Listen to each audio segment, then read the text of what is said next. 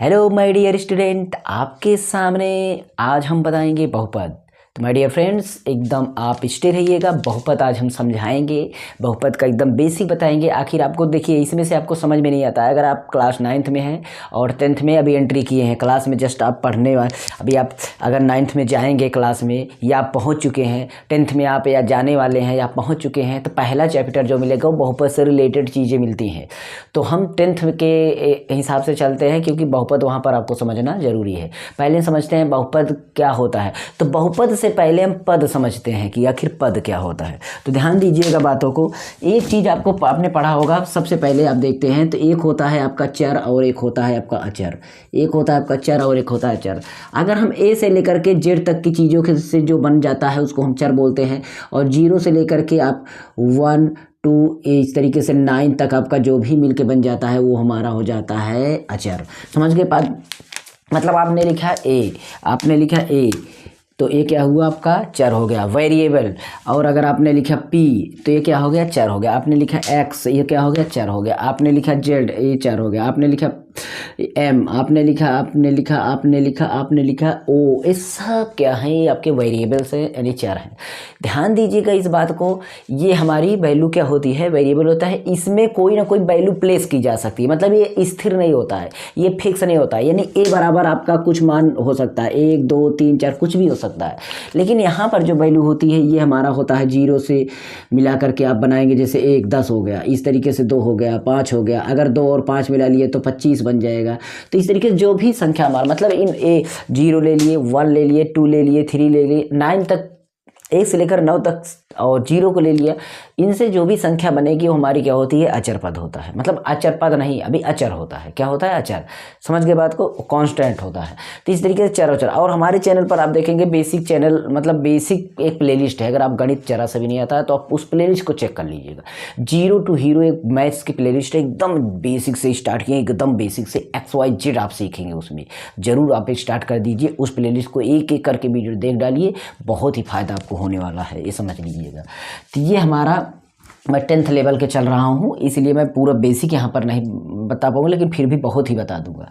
तो ये हमारा हो गया, समझ लिए बात को, चर अचर हम समझ लिए। लेकिन कभी क्या होता है, इन दोनों को मिला के लिखा जा सकता है, इन दोनों को मिला के लिख सकते। जैसे आपने लिखा 5 लिखा, तो आपने अचर वाला पद लिया, इसमें आपने x को मिला दिया 5x। तो हमारा ये जब चर और अचर दोनों मिला के लिखे जा रहे हैं, तो ये हमारे क्या हो जाते हैं? ये हमारा अचर और चर दोनों मिला करके पद होता है, एक पद बन जाता है। ये पद हमारा अकेला भी हो सकता है, x है तब भी पद हो सकता है, ऐसा नहीं है, क्योंकि इसके सामने एक रहेगा। यानी कि हमारा अचर के साथ, चर के साथ कोई चर हो, उस चर के साथ कोई संख्या लिखी हुई है, और वो सारी संख्या में आपका कोई पावर हो। यहाँ पर पावर भी एक है। कितना है? पावर 1 है। पावर मतलब घात। जैसे देखिए आपने y लिखा ना, इसमें कितना पावर है? पावर का मतलब घात कितना है? तो बोलेंगे सर इसमें कुछ नहीं दिखाई दे रहा। अच्छा आप बताइए कितनी घात है? 2 घात है ना, स्क्वायर। तो आपने जब ना दिखे ना, तो समझ लो यहाँ पर 1 घात होती है। कितनी घात होती है? 1। जहाँ पर कोई संख्या दिख नहीं रही है ना, वहाँ पर संख्या आपकी हो जाती है 1। क्या हो जाती है? 1 मतलब 1। जैसे यहाँ पर आपका 1 है, यहाँ पर भी आगे भी 1 है, घात में भी 1 है। और इस संख्या में देखते हैं, मतलब इसमें y में देखते हैं ना, तो ये जो हमने 1 लिखा ना, तो ये एक गुणांक के रूप में, एक क्या है? गुणांक के रूप में है। अब ये गुणांक वगैरह चीज़ें जो होती हैं आपको समझ में आज तक नहीं आया होगा, तो अब यहाँ पर आप समझ जाएंगे इन चीज़ों को, ठीक है। जैसे देखिए, सबसे पहले हम समझते हैं, यहाँ पर देखिए गुणांक क्या होता है आपका? क्या होता है? गुणांक देखिए क्या होता है। तो पहले हम समझते हैं, गुणांक जो होता है हमारा, कोई भी अचर पद हो, जैसे x हो, x² हो, x³ हो, x हो, या p हो, या कोई भी संख्या हो, इसके आगे इन सब के आगे जो भी संख्या का गुणा हो, जो भी संख्या, जैसे 2 4 8 10, ऐसे आपने लिखा ना। तो अब ये जो हमने ब्लू से लिख दिया है, ये सब हमारे क्या है? गुणांक है। मतलब चर और अचर का दोनों का जो गुणा होता है वही हमारा गुणांक होता है। जैसे आपने इसमें पूछा जाएगा x² का गुणांक क्या है, तो x² का गुणांक 2 है। कितना है? x² का गुणांक 2। एक्स स्क्वायर गुणांक कितना हो गया 2।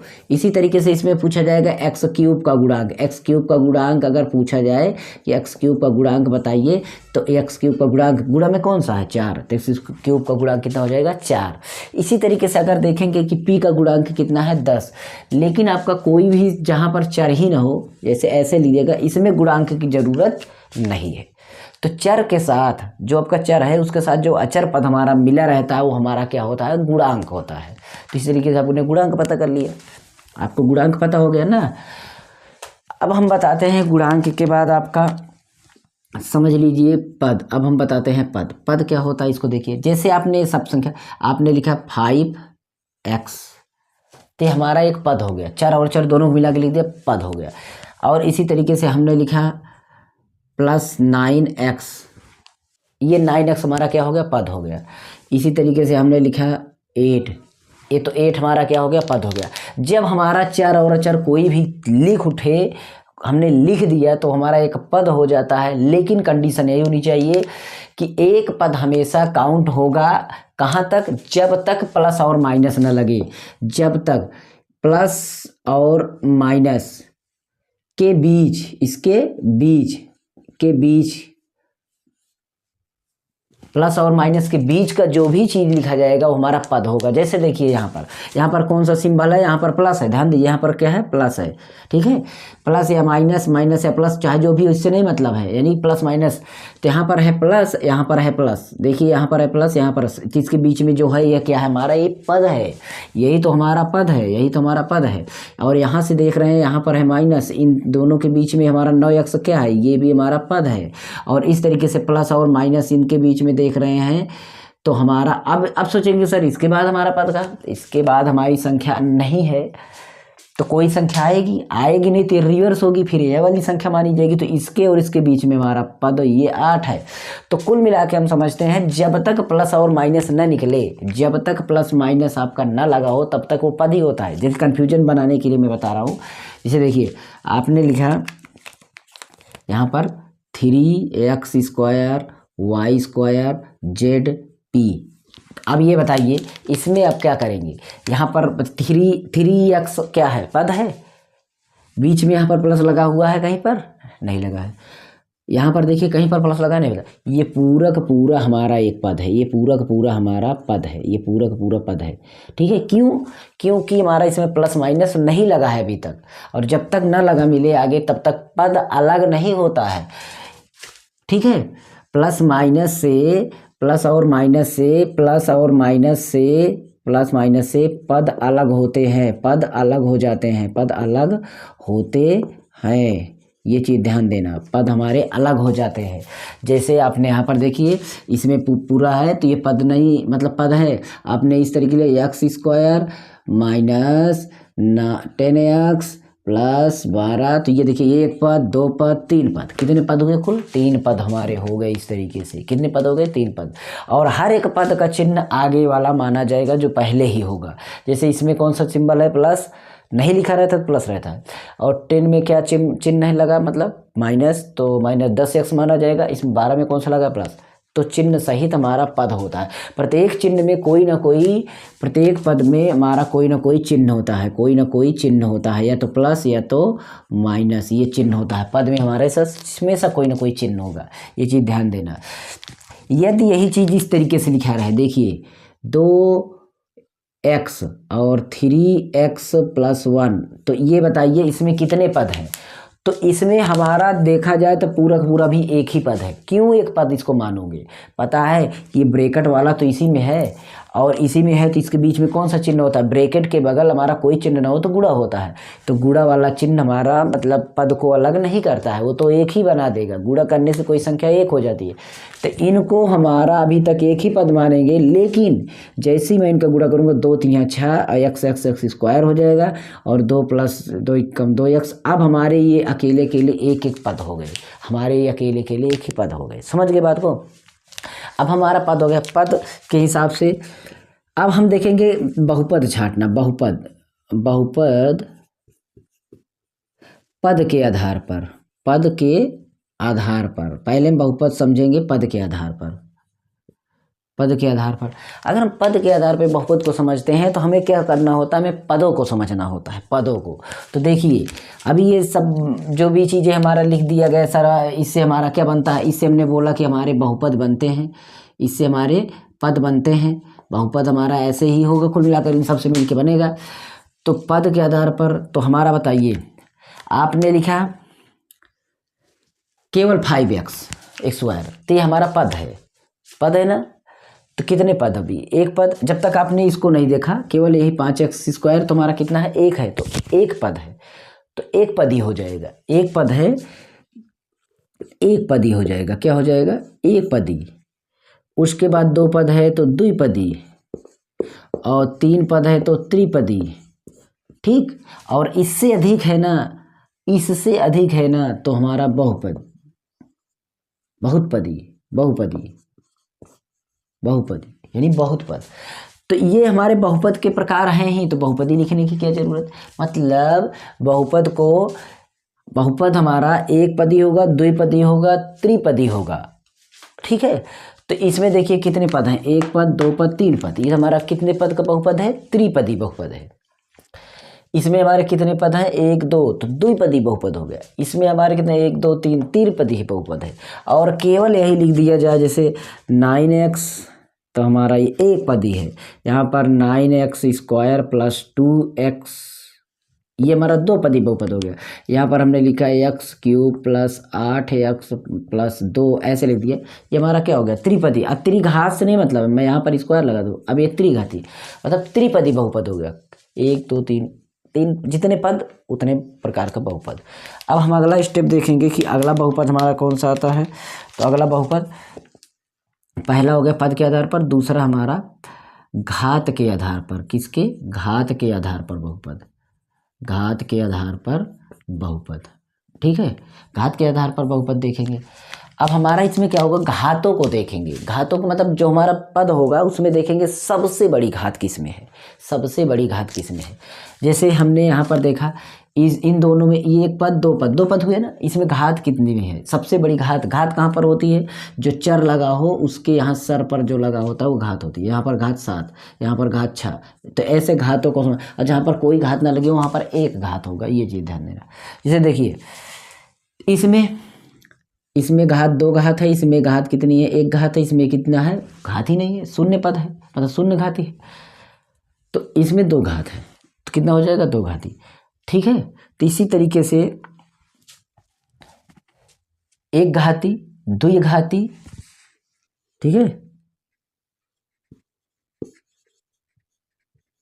1 घाती,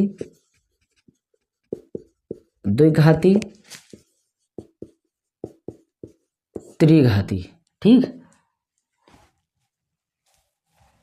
एक होता है शून्य वाला, शून्य से नहीं मतलब समझना है, ये हो गया त्रिघाती तक। इसमें मतलब इनमें हमें देखना है कि कितने घात का बहुपद है। तो देखेंगे इसमें कितने घात, सबसे बड़ी घात 2 घात है, द्विघाती बहुपद। इसमें देखते हैं, इसमें भी सबसे बड़ी घात 2 ही है, क्योंकि 2 घात सबसे बड़ी है, तो द्विघाती बहुपद। और जिसमें 3 घाती लगे, जैसे आपने देखा यहाँ पर मैं लिख दूँ ये इस तरीके से, यहाँ पर 9x + 4, ये हमारा सबसे बड़ी घात कितना है, इसमें 1 घात है तो 1 घाती। और इसी को मैं इस तरीके से लिख देता 5x² - 7x + 8, तो सबसे बड़ी घात क्या है, 2 घाती, द्विघाती बहुपद हो गया। फिर यहाँ पर मैं लिख दूँ x³ + 8x² + 5x - 3, इसमें सबसे बड़ी घात क्या है, 3 घाती, तो त्रिघाती, क्योंकि इसमें घात हमारी 1 घात है, इसमें हमारी 2 घात है, इसमें हमारी 3 घात है, ठीक। तो त्रिघाती, तो घात के आधार पर हमारा बहुपद हो गया। तो इस तरीके से बहुपद मतलब हम समझेंगे कि बहुपद इन सब के प्रकार के होते हैं। बाकी 4 घात 5 बहुपद का मतलब बहुत सारे पद, जब पदों की संख्या अधिक हो जा रही है तो उसे बहुपद बोलते हैं। यानी 1 है तब भी बहुपद, 2 है तब भी बहुपद, क्यों 3 है त्रिघाती बहुपद, 4 है 4 पद, मतलब जितने पद बढ़ेंगे उसी प्रकार से हमारे बहुपद होंगे। तो बहुपद की कंडीशन और बहुपद का ये सारा वेशभूषा आपको समझ में आया होगा आज कि आखिर बहुपद क्या होते हैं, ठीक है। अब हमें बहुपद में और चीज़ें क्या समझना होता है। बहुपद को समझने से पहले एक बात अब और बहुपद छांटने के लिए, ये सबसे बहुपद आपने समझ लिया ना, लेकिन और बहुपद में आपने देखा कि ये जो चर होता है, चर क्या, चर यानी एक्स वाई जेड जो कुछ भी होगा चर हमारा, ए से लेकर के जेड तक जो भी ये होगा, ये हमारा पूर्ण होना चाहिए, मतलब पूर्ण होना चाहिए, पूर्णांक, कोई पूर्णांक होना चाहिए, कोई पूर्णांक होनी चाहिए, मतलब कोई ना कोई, ये हमारा अंडर रूट में नहीं होना चाहिए, अंडर रूट में नहीं होना चाहिए, चर हमारा अंडर रूट में नहीं होना चाहिए, नहीं होना चाहिए, नहीं हो, ठीक है, ये हमारा, तो हमारा जैसे अभी मैं यहाँ पर लिखूँ कि 2x² प्लस 8x माइनस 1 क्या है, ये बहुपद है। अभी मैं इसको इस तरीके से लिखता 2x² और प्लस 8x माइनस 1, तो इसमें हम देखते क्या बहुपद है, ये बहुपद नहीं, क्योंकि इसमें आपको एक बात और ध्यान देना है कि यहाँ पर बहुपद की बात नहीं है, बहुपद तो ये हो जाएगा, लेकिन बात ये है कि इसमें आपका ये जो चर वाला है ना, ये हमारा नहीं होना चाहिए अंडर रूट में, चर हमारा अंडर रूट में नहीं होना चाहिए, तो इसमें ये भी चर अभी हमारा अंडर रूट में चला गया। और जब यही चीज़ इस तरीके से लिखा जाता है 2 फिर x² और प्लस 8x माइनस 1, यहाँ पर ये 2 मतलब एक ये जो अंडर रूट है ना केवल 2 तक है और यहाँ पर अंदर तक है, तो हमारा जो ये मतलब चर होना चाहिए ना, चर हमेशा पूर्ण संख्या होनी चाहिए, उसका वर्गमूल निकले, हाँ ये इस तरीके से होता तो ये हमारा हो जाता 4x² प्लस 8x माइनस 1, ये हमारा हो जाता, क्योंकि इसका निकल जाएगा 2x, इसका निकल जाएगा 2x प्लस 8x, इस तरीके से निकल जाता, क्योंकि 4 का वर्गमूल तो निकल जाएगा x², तो x की घात, x की चर की घात अंडर रूट नहीं होनी चाहिए, दूसरा कंडीशन, और चर की घात, चर की घात हमारा कोई भी बटा में ना हो, अंश, और देख लीजिए घात कैसी ना हो, अंशहर में ना हो, अंश और हर में, अंशहर में दोनों में ना दिखाई दे। जैसे यहाँ पर भी देखा जाए कि यहाँ पर 5x की घात 3/2 ऐसे लिख दिया गया, प्लस 4x, तो ये सारे हमारे बहुपद के रूप में नहीं होते, क्यों, क्योंकि हमारी पूर्ण घात ही नहीं है, तो संख्या पूर्ण कहाँ से होगी, तो ये चीज़ हमें पता होना चाहिए, तो हमारा इस तरीके से बहुपद नहीं होगा, ठीक है। इस तरीके से ये हमारा बहुपद है, ये हमारा बहुपद है, ये हमारा नहीं है, ये हमारा है, और ये हमारा नहीं, ये भी हमारा है, ठीक, तो ये हमारा नहीं है, कंडीशन हो सकते हैं, ये हमारा नहीं है बहुपद, ओके। तो इन सब बातों को ध्यान में आपको रखना है। और एक बात, जैसे यहाँ पर आप कहा होता कि अंडर रूट 2x² दोनों में लगा दिया गया, अब ये है कि नहीं है, ये हमें फिक्स करना है, तो देखिए ये हो जाएगा, ये हो जाएगा, अभी यहाँ पर मैंने बोला नहीं है, लेकिन हो जाएगा, क्यों हो जाएगा ये देखेंगे। देखिए इसको हम क्या करेंगे कि यहाँ पर ये 2 घात का मतलब हुआ कि आप इसको 2 घात यहाँ पर है, ठीक, अब इसको हम इस तरीके से करेंगे ना, 1/2 घात है, ये अंडर रूट मतलब 1/2, और जैसे वो तो 2 से 2 ये कट जाएगा, तो 2x, ये 2x क्या हो जाएगा, घात 1 हो जाएगा, और 1 घात हो गया तो हमारा बहुपद हो जाएगा, इस तरीके से ये हमारा बहुपद हो जाएगा। लेकिन यहाँ पर 2 घात ना आई मान लीजिए, हमारा मतलब बटा में घात बचे ना, ये घात हमारी यहाँ पर कोई ऐसी संख्या है ये हमारी कट जाए, अगर ये हमारी कट जाती हैं घातें, तो समझ लो कि वो हमारी बहुपद हो जाएगी। और हमेशा चर में ही देखना है, किसमें, चर में, संख्या में नहीं, चर को देखना है। तो इस तरीके से बहुपद को आपको समझ में आया होगा। बहुपद आज आपने समझ लिया। इसके बाद हम इस बहुपद में से लेके चलेंगे द्विघात बहुपद। द्विघात बहुपद में यानी कि हमें शून्यक वाला काम करेंगे नेक्स्ट वीडियो में, जो कि हम गणित का एकदम बेसिक से जड़ से शुरू से स्टार्ट किए हैं, 10th की गणित। चलिए मिलेंगे अगले किसी वीडियो में, नेक्स्ट वीडियो में, ओके। स्टेप से हमारे चैनल से भी स्टार्ट कर दीजिएगा, आपको सारी चीज़ें बेसिक हम बताते चलेंगे। चलते हैं, मिलते हैं। और हिंदी की, इंग्लिश की, सभी की बेसिक वीडियो, एकदम जड़ से वीडियो, अगर आपको कुछ भी नहीं आता है ना, A to Z कुछ नहीं आता ना, तो हमारी बेसिक वीडियो देख लीजिएगा, समझ में आ जाएगा।